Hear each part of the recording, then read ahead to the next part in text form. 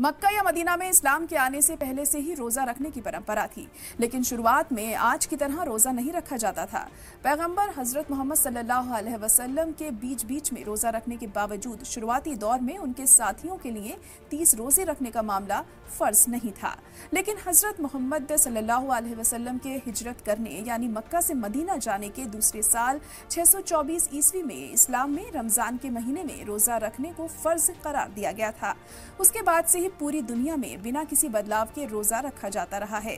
ढाका विश्वविद्यालय में इस्लामी शिक्षा विभाग के उपाध्यक्ष डॉक्टर शमसुल आलम के मुताबिक कुरान की जिस आयत के जरिए रोजे को फर्ज किया गया है, उसमें कहा गया है कि पहले की जाति समूह पर भी रोजा फर्ज था। इससे ये समझा जा सकता है कि अलग जातियों में पहले से ही रोजा रखने का रिवाज था। हालांकि शायद उसका तौर तरीका अलग था। मसलन यहूदी अब भी रोजा रखते हैं।